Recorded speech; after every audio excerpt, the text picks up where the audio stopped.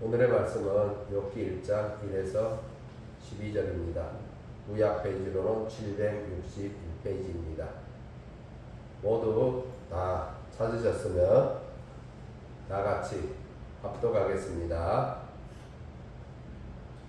우스 땅에 욥이라 불리는 사람이 있었는데 그 사람은 온전하고 정직하여 하나님을 경외하며 악에서 떠난 자더라. 그에게 아들 7과 딸 3이 태어나니라. 그의 소유물은 양이 7,000마리요 낙타가 3,000마리요 소가 500결이요 암나귀가 500마리이며 종도 많이 있었으니 이 사람은 동방 사람 중에 가장 훌륭한 자라. 그의 아들들이 자기 생일에 각각 자기 집에서 잔치를 베풀고 그의 누이 3명도 정하여 함께 먹고 마시더라. 그들이 차례대로 잔치를 끝내면 욥이 그들을 불러다가 성결하게 하되 아침에 일어나서 그들의 명수대로 번제를 드렸으니 이는 욥이 말하기를 혹시 내 아들들이 죄를 범하여 마음으로 하나님을 욕되게 하였을까 함이라. 욥의 행위가 항상 이러하였더라. 하루는 하나님의 아들들이 와서 여호와 앞에 섰고 사탄도 그들 가운데 온지라. 여호와께서 사탄에게 이르시되 내가 어디서 왔느냐. 사탄이 여호와께 대답하여 이르되 땅을 두루돌아 여기저기 다녀왔나이다. 여호와께서 사탄에게 이르시되 내가 내 종 욥을 주의하여 보았느냐. 그와 같이 온전하고 정직하여 하나님을 경외하며 악에서 떠난 자는 세상에 없느니라. 사탄이 여호와께 대답하여 이르되 욥이 어찌 까닭없이 하나님을 경외하리이까. 주께서 그와 그의 집과 그의 모든 소유물을 울타리로 두르신 때문이 아니니까. 주께서 그의 손으로 하는 바를 복되게 하사 그의 소유물이 땅에 넘치게 하셨음이니이다. 이제 주의 손을 펴서 그의 모든 소유물을 씻어서 그리하시면 끊임없이 주를 향하여 욕하지 않겠나이까. 여호와께서 사탄에게 이르시되 내가 그의 소유물을 다 내 손에 맡기노라. 다만 그의 몸에는 내 손을 대지 말지니라. 사탄이 곧 여호와 앞에서 물러가니라. 아멘. 오늘의 말씀을 가지고 까닭 없는 고난을 어떻게 이해해야 하나요? 라는 제목으로 함께 말씀을 나누어 보려고 합니다. 욥의 얘기는 우리의 삶 가운데 예측할 수 없는 내게 일어나는 일들, 나의 질서 있는 삶 가운데 불청객처럼 끼어든 무질서, 그리고 그러한 일로 인해서 받는 고통에 관해 보여주고 있는데요. 그러함에도 불구하고 욥의 결말은 그러한 문제들에 대해 답변을 제시하지 못하는 것처럼 보이기도 합니다. 그래서 저는 구약 성경을 읽을 때 제일 이해가 안 가는 말씀이 바로 욥기였습니다. 처음 욥기를 읽고 나서는 너무나 허무한 느낌이 밀려들어왔는데 이것이 뭐지? 사건의 원인에 비해 결말은 너무나 황당하다고 느꼈고 또 한편으로 화가 나기도 했습니다. 왜 멀쩡한 욥을 사탄에게 내주어 다 망가뜨려 놓고 그리고는 또 회복시키시고 여러 가지 의문이 꼬리에 꼬리를 무는데 답을 찾을 수 있는 실마리는 보이지 않고 너무나 읽기에 불편했었죠. 그러면서도 욥을 통해 하나님이 말씀하시고자 하는 것, 그것에 대한 물음표는 여전히 현재에도 진행 중에 있습니다. 특히 결말에서 하나님의 말씀은 꼭 선문답과 같은 느낌을 받게 되는데요. 선문답 아시죠? 이 선문답은 이 돌을 닦는 사람들이 하는 질문과 답변인데요. 한 사람이 질문을 하면은 다른 사람이 답을 하는데 이 질문과 전혀 관계없는 엉뚱한 말로 답을 합니다. 그런데도 그 사람들은 알아듣는지 그렇게 대화를 잘 이끌어갑니다. 그와 같이 자신의 인생이 왜 이렇게 다 망가졌는지에 대한 욥의 질문에 하나님은 직접적으로 답을 해주지 않으시고 단지 창조주의 위엄으로 욥에게 도리어 질문을 던짐으로써 답을 대신하고 있는데 꼭 선문답하는 느낌이었던 거죠. 오늘의 말씀을 보시면 욥이라는 사람이 나오는데 욥기를 시작하는 1장 1절에서 욥기는 그가 어떤 사람인지에 대해 말하고 있어요. 그가 어떤 사람입니까? 정직한 사람. 네, 그 사람은 온전하고 정직하고 하나님을 경외하며 악에서 떠난 자더라. 이 표현은 한마디로 요약하면 완전한 사람이더라. 그래서 이 말씀만 보면 욥기는 도리어 뭔가 좀 하나님에게 좀 잘 돼서 상을 받는 좀 긍정적으로 진행될 것 같은 느낌을 딱 주었는데 근데 정작 진행을 해보니까 그렇지 않은 거죠. 그래서 욥에 대한 이 긍정적인 소개가 도리어 무언가 굉장히 급하다는 느낌을 주면서 무언가 굉장히 하소연하는 느낌을 지울 수가 없는데 즉 욥의 인생이 망가질 건데 앞으로 욥의 인생이 망가질 거다. 근데 도대체 욥이 뭘 잘못했지? 욥이 악인인가? 욥이 우리가 알지 못하는 무슨 악이 있었나? 뭐 이런 굉장히 욥의 그 고난이 억울하다. 욥이 뭘 잘못했는데 그가 고난을 받는가? 이거는 잘못된 거야. 이거는 부당한 거야. 라는 어떤 부르짖음이 들려오는 것 같습니다. 그래서 욥기에 대해 좀 더 잘 이해하기 위해서는 무엇보다도 욥에게 일어난 고난의 문제가 어떻게 시작되었는지를 살피는 것이 중요할 것 같습니다. 이는 여전히 많은 사람들이 고난에 관한 본질적 물음을 가지고 있고 왜 고난이어야 하는가 라는 이 본질적 질문. 다시 말해서 고난은 어디서 오고 그것이 우리에게 주어지는 근본적인 원인은 무엇인가 하는 것으로 좀 더 개인적으로 보면 왜 이 같은 고난이 내게 일어났는가 라는 거죠. 특히 욥의 고난과 비교해서 우리가 볼 수 있는 것은 시편 기자의 이 물음과 의구심인데 고대로부터 지금까지 모든 세대의 이 시편 기자의 이 부르짖음은 모든 세대의 부르짖음을 대표한다고 할 수 있습니다. 시편 73편 1절에서는 시편 기자가 이렇게 반문합니다. 하나님이 참으로 이스라엘 중 마음이 정결한 자에게 선을 행하시는지요?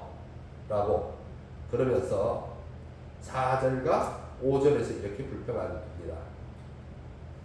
하나님이여 악인들은 왜 죽을 때에도 고통이 없고 그 힘이 강건하며 사람들이 당하는 고난이 그들에게는 없습니까? 사람들이 당하는 재앙도 그들에게 없나이까? 라고 묻는 거죠. 정작 악인은 형통한데 욥과 같은 의로운 사람에게는 고난이 닥치고 또 내게는 왜 이런 일이 일어나는지 이에 대한 질문들, 이런 모든 세대를 가로질러서 오늘날 우리에게까지도 지금 이루고 있는 거죠.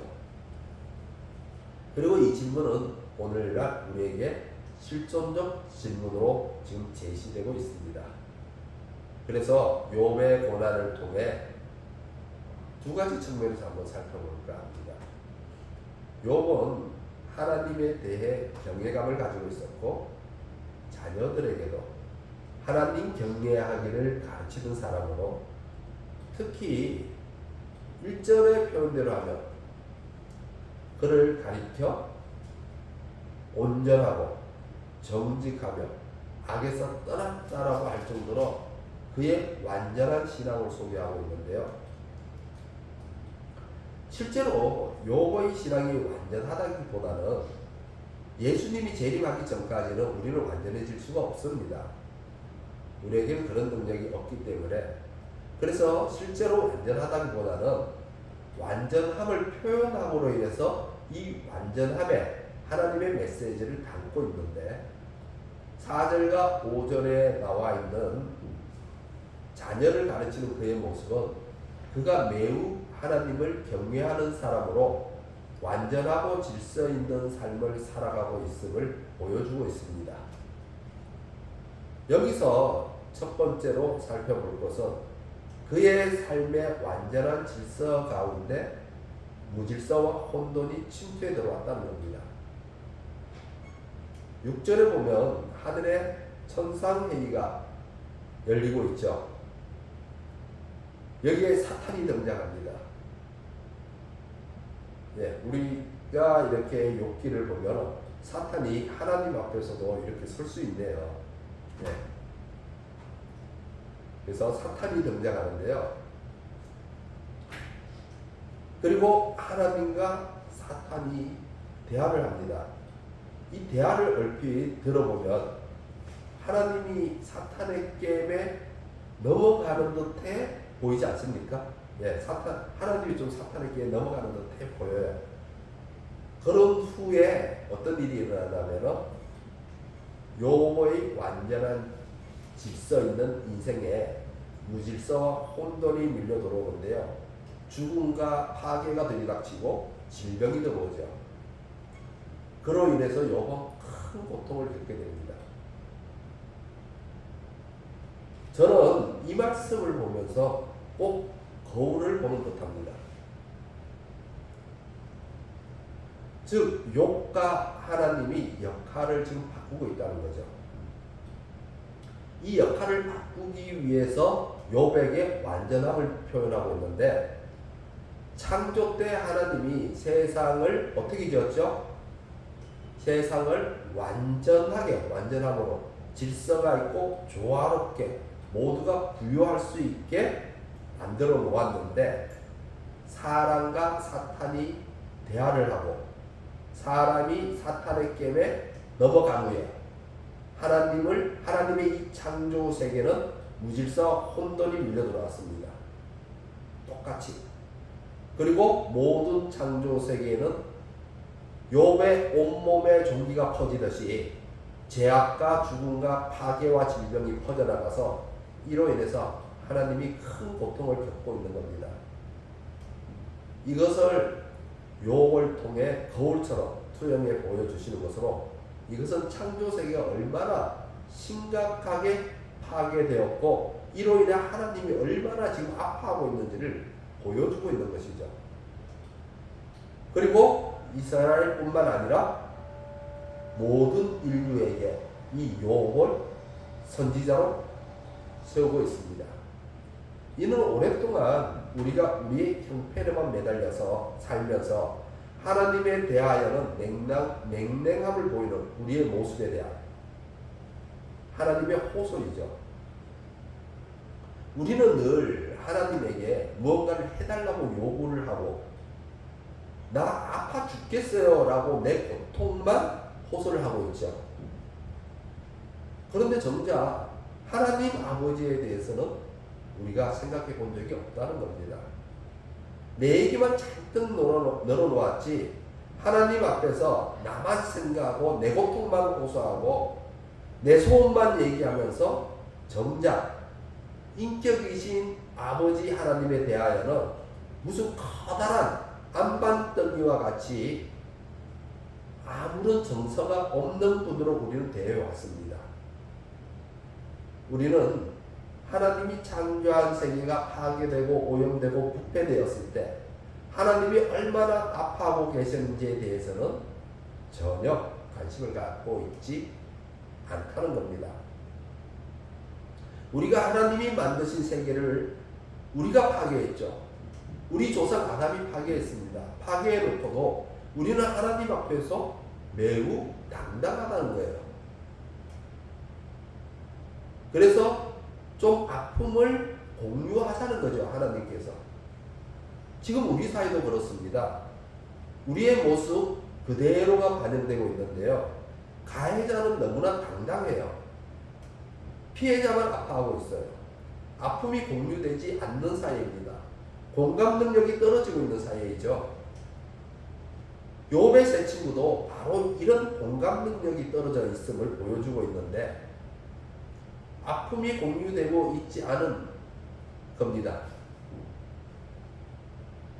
그래서 우리가 이렇게 공감 능력이 떨어져 있기 때문에 하나님은 이렇게 한 사람의 인생을 계시의 도구로 사용하고 있는데 이는 후에도 하나님이 동일하게 한 사람의 인생을 계시의 도구로 사용하고 있는 것을 볼 수가 있죠.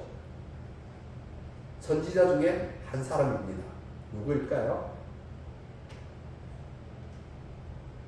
북이스라엘의 선지자 호세아입니다.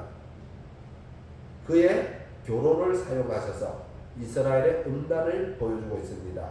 호세아에게 음란한 여자와 결혼할 것을 명령하신 것이죠. 그리고는 하나님의 계시로 사용하는 겁니다. 단지 욥과 호세아의 차이가 있다면 이 계시를 보아야 하는 대상과 하나님의 직접 명령이 있었는지 없었는지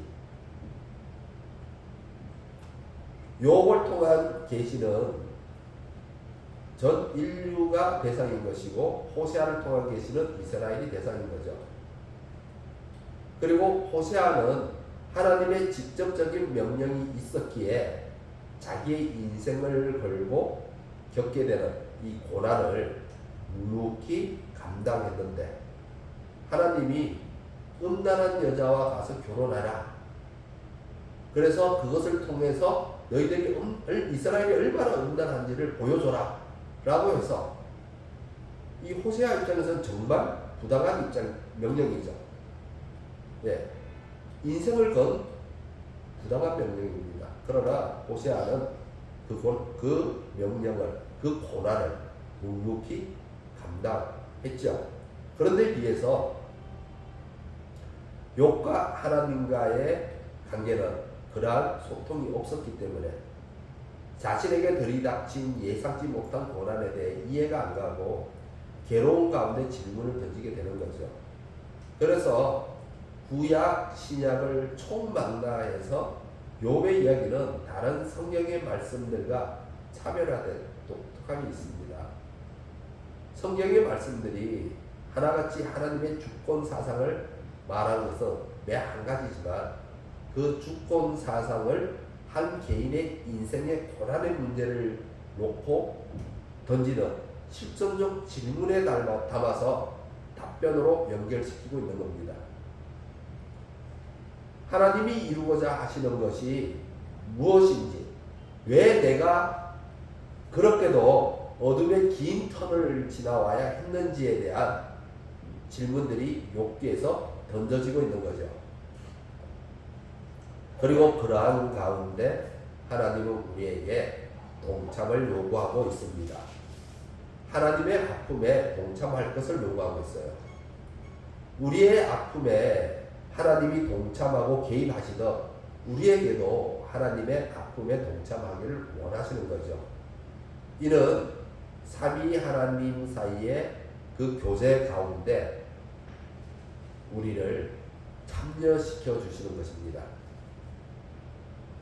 그러한 아픔에 동참하게 함으로써 또한 회복의 길에도 함께 동행하기를 원하시는 거죠. 사무엘의 어머니 한나가 자녀가 없을 때 하나님 앞에 나아가 기도를 했는데 그는 그 기도에서 하나님 앞에서 자신의 심령을 통했다고 하죠.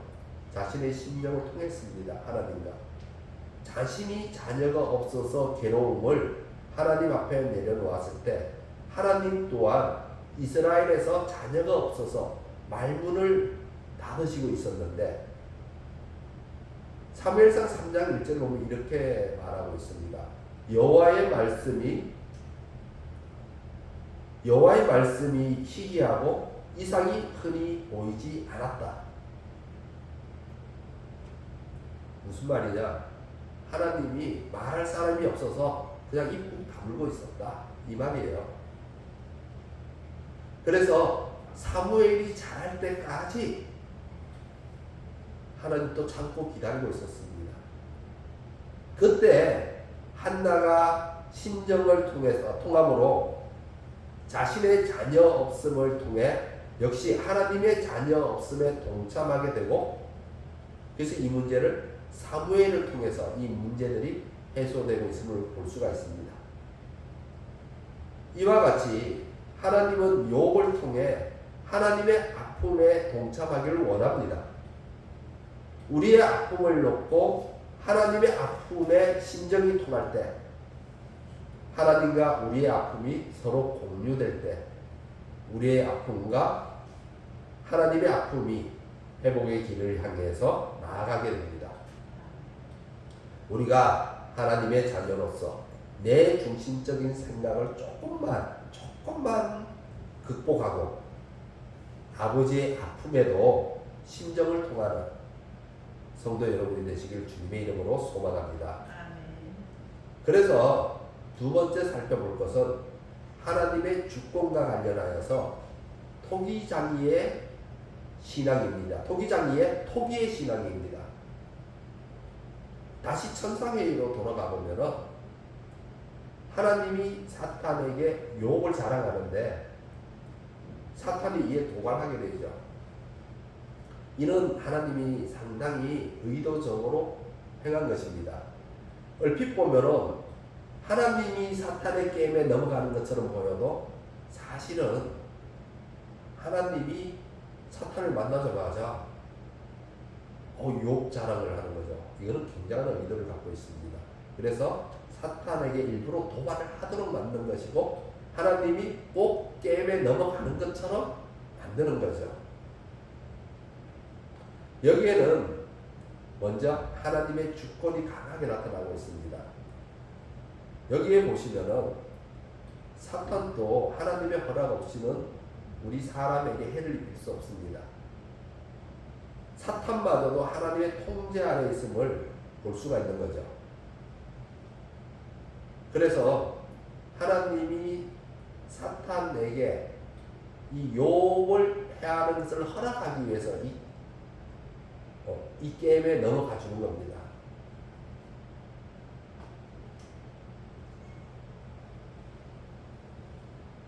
사탄도 하나님의 허락 없이는 우리에게 어떤 해도 가할 수 없음을 보여주고 있죠. 우리의 삶의 모든 것이 바로 하나님의 용납하심 안에 있다는 거예요. 이는 결국 하나님의 계획하심 안에 있는 것으로 하나님의 계획하심 안에 있지 않으면 어떤 것도 용납이 되지 않는 거죠. 하나님의 뜻 안에서 모든 일이 진행되어 갑니다. 쉽게 말해서 하나님은 이미 이 가는 길, 좀 길이 이렇게 넓다 가는 길에 너무 길 밖으로 못 나가게 양옆에 담장을 쳐놓고 이 담장을 넘어가지 못하게 이 길 안에서 우왕좌왕하든 어떻게 하든 이 길 안에서 하라는 거죠. 이 길 안에서 하도록 담장을 쳐놓고 이 안에서만 용납의 범위를 정해놓으신 것이고 그 범위 안에서 이제 욥의 시험도 허락하고 있는 거죠. 이 12절이 이를 보여주고 있는데 12절 우리 다 같이 읽어볼까요? 자, 읽어보겠습니다. 여호와께서 사탄에게 이르시되 내가 그의 소유물을 다 내 손에 맡기노라. 다만 그의 몸에는 내 손을 대지 말지니라. 사탄이 곧 여호와 앞에서 물러가니라. 아멘. 하나님이 용납의 범위를 정하신 것까지는 그렇다고 치더라도 욥의 입장에서 보면은 아무 까닭없는 고난을 받게 되었는데요. 이럴 때 우리는 몹시 힘들 수밖에 없죠. 자신이 고난을 받을 이유가 없는데, 그래서 욥의 의의 변화를 보면은 이제 욥의 의가 어떻게 변해가냐면은 이렇게 변해갑니다. 이 까닭없는 고난을 받으면서, 자, 1절에 이제 시작된 말이죠. 우리가 욥기 1장 1절에 시작된 말로 온전하고 정직하며 하나님을 경외하며 악에서 떠난 자라. 이 1장 1절의 욥의 소개가 어디로 가냐면 욥기 2장 10절로 갑니다. 그래서 뭐라고 하냐면은 이 모든 일에 욥이 입술로 범죄하지 아니하니라로 이어졌고, 그런데 이게 끝이 아니라는 거죠. 끝이 아닐 뿐만 아니라 갑자기 욥의 행동에서 반전이 일어납니다. 그는 3장 1절에서 자신의 생일날을 갑자기 저주합니다. 억울함이 그 마음에서 배어나오는 거죠. 쉽게 말하면 이런 거죠. 내가 그동안 신앙생활을 어떻게 했는데 하나님이 내게 이럴 수 있지? 억울한 감정이 그 속에서도 이제 복받쳐 오르기 시작합니다. 그리고 그 이후의 장들을 쭉 보시면 그는 공격적인 모습을 점점 드러내기 시작합니다. 그리고는 하나님에게 이렇게 말하죠. 자신을 불합리하게 다루는 것을 멈추어 달라고 요구합니다. 그리고는 또 어떻게 하냐면 하나님을 소송에 걸어버립니다. 나에게 행하신 하나님 자신의 행동이 법적으로 정당한지 증명해 보시라고 이제 욥이 드디어 하나님에게 도발을 하죠. 여기서 하나님과 우리 사이의 관점이 서로 달라지게 됩니다. 결국 우리는 우리의 관점을 버리고 하나님의 관점을 지녀야 한다는 거죠. 우리의 관점은 대부분 어떤 관점을 지니고 있냐면 본선징악적 관점입니다. 선한 일을 했을 때는 상을 받고 악한 일을 했을 때는 벌을 받는다. 물론 하나님도 이 관점이 없는 것은 아니겠죠. 신의 산에서 준 율법만 보더라도 상과 벌에 대한 규정을 보면은 이 관점이 전혀 없는 것은 아니죠. 이 관점이 있습니다. 그러나 주님이 말하시는 것은 이 관점을 넘어서 보라는 거죠. 이 관점을 넘어서 볼 때 하나님의 관점이 보이기 시작한다는 거죠. 지금 욥도 본선징악의 관점에서 바라보고 있기 때문에 더욱 힘들고 괴로울 수밖에 없습니다. 너무나 온전하고 너무나 정직하고 너무나 하나님을 경외하여 너무나 악을 떠나 있었는데 자기에게 벌이 떨어진 것이에요. 그래서 욥은 이해할 수가 없었던 겁니다. 교회에 대한 믿지 않는 불신자들의 불만이 이것인 거죠.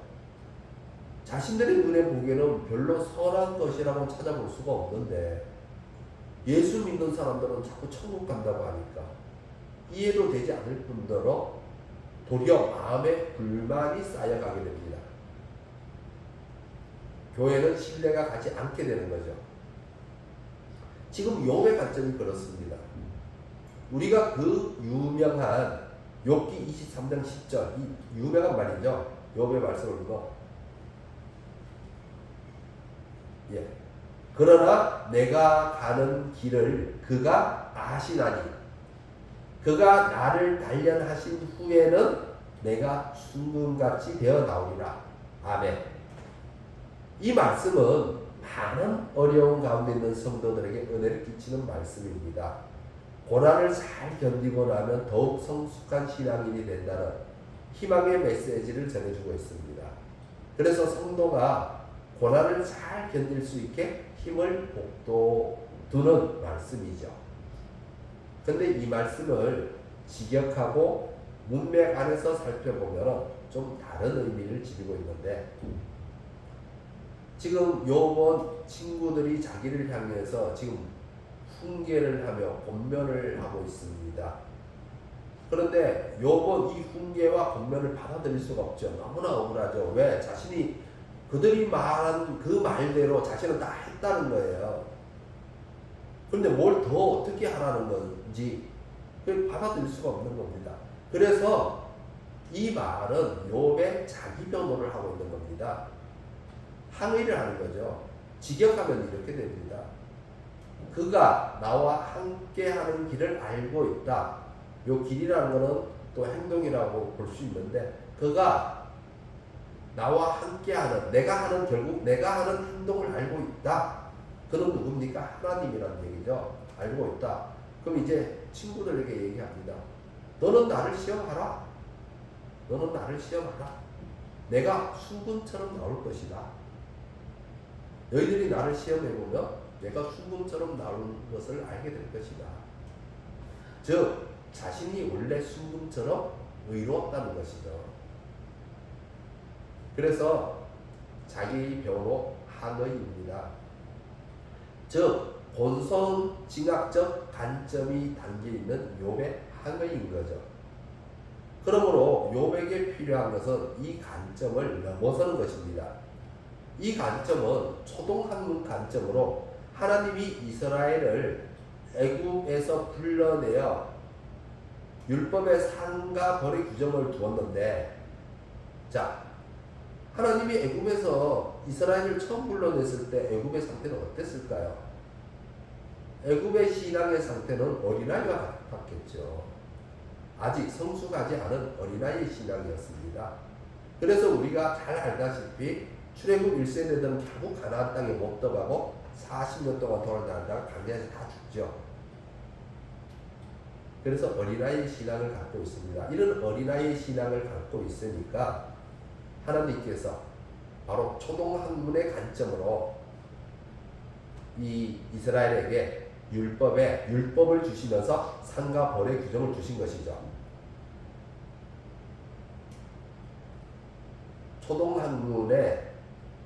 초동학문으로서 주어진 규정이었던 겁니다. 이것이. 그러나 하나님은 신앙이 어느 정도에 이르면은 이 관점을 넘어설기를 바라는 거죠. 토기장이에게 만들어진 토기의 신앙으로 성숙하기를 바라는 겁니다. 그래서 내 논리와 내 합리성을 빼야 하는 거죠. 이 본선징악적 상벌 규정, 이게 뭐가 문제가 되냐면은, 본선징악적 상벌 규정은 우리가 들어보면 누구나 납득할 수 있는 논리이면서 합리성입니다. 그죠? 잘하면 당연히 상 주는 거고 못하면 벌 주는 게 맞는 거니까. 그건 너무나 당연한 논리인데, 바로 이 논리가 하나님의 주권에 도전하는 것이죠. 왜? 하나님이 잘못하면은 그걸 가지고 따지고 드니까. 하나님, 당신이 잘못했지 않습니까? 어찌 보면 이런 본선징악적 상벌 규정이 하나님의 공의에 비추어 봤을 때는 약간 일부분은 포용할 수가 있습니다. 그러나 하나님의 전적인 공의에는 받지 않죠. 그런데 더더군다나 하나님의 주권에 비추어 본다면 전혀 포용이 될 수가 없는 초동학문의 규정인 겁니다. 초동학문의 의의인 거예요. 근데 하나님의 의의는 초동학문의 의의가 아니죠. 그보다 훨씬 고차원적인 의의입니다. 그래서 이 논리, 이 합리성으로 하나님의 주권에 내 주장을 펼 수 있게 됩니다. 하나님, 나 이렇게 잘했어요. 하나님 생각이 이렇게 틀렸어요. 이렇게 우리는 펼 수 있는 거죠. 따라서 까닭 없는 욥의 고난은 까닭이 없는 것이 아니었던 거죠. 욥기 40장 8절을 보시면 하나님이 말씀하시는 부분인데요. 하나님이 말씀하시는 부분인데요. 욥을 향해 말하고 있습니다. 내가 내 공의를 부인하려느냐, 내 의를 세우려고 나를 악하다 하겠느냐. 뭐라고 하죠? 내 의를 세우려고 나를 악하다 하겠느냐. 내 의가, 그러니까 너의 의죠. 너의 의가 어떤 의죠? 바로 초동학문의 의, 본선징악적 초동학문의 관점으로 하나님의 공의를 부인하는 겁니다. 그 본선징악적 초동학문의 관점으로 하나님의 공의를 부인하지 말라는 거죠. 초동학문으로 자기의 의를 세우지 말라는 겁니다. 즉 욥은 자신이 가지고 있는 초동학문의 관점에서 벗어나야 했습니다. 그것이 하나님이 바라시는 것이었고 그래서 말씀하시는데요. 욥기 40장 10절을 보시면 뭐라고 되어 있냐면 너는 위엄과 존귀로 단장하며 영광과 영화를 입을지니라 라고 요구하고 있습니다. 즉 하나님과 욥의 관계가 바로 정립이 되어야겠죠. 어떻게 정립이 되어야 합니까? 하나님과 우리의 관계는 어떤 관계요? 토기장이와 토기의 관계입니다. 예레미야 18장 4절을 보시면은 진흙으로 만든 그릇이 토기장이의 손에서 터짐에 그가 그것으로 자기 의견에 좋은 대로 다른 그릇을 만들더라. 우리는 하나님을 창조주로 인식하는 것이 매우 중요합니다. 하나님이 우리를 만드신 분이기 때문에 하나님의 뜻대로 우리를 사용하시는 것은 그분의 의에 해당합니다. 우리도 한번 보세요. 우리도 내가 만든 것은 내 마음대로 하면서 왜 하나님은 안 된다라고 말하는 것이죠? 우리도 내가 만든 것을 내 마음대로 하는 것을 상식으로 갖고 있지 않습니까? 그것이 너무나 당연한 상식인데 왜 하나님은 안 된다라고 그 상식이 하나님에게는 적용이 안 됩니까? 그래서 그것이 우리의 불의가 되는 거죠. 도리어 우리가 내로남불이라고 그러죠. 내로남불. 예, 남이 하면 불륜이고 내가 하면 로맨스라고. 그러니까 내가 만든 것을 내가 마음대로 하는 것은 괜찮은데 하나님이 만든 것을 하나님이 마음대로 하면 안 된다라고 하는 것. 이것이 바로 우리의 불의라는 것이죠. 그런데 우리는 조금만 힘들어도 조금만 어려움을 겪어도 하나님의 의에 욥처럼 항의하게 됩니다. 물론 욥은 너무나 정말 엄청 심각한 그 재앙을 받았지만 우리는 진짜 조금만 힘들어도 항의를 한다는 거죠. 사랑하는 성도 여러분, 욥기는 여러분에게 고난의 문제가 무엇이라고 말하고 있습니까? 고난의 문제는 우리에게만 있는 것이 아니라는 겁니다. 우리가 저지른 범죄 또한 하나님에게는 어떤 게 되는 거죠? 아담이 저지른 범죄, 아담과 하와가 저지른 범죄는 하나님에게는 까닭없는 고난이 되었습니다.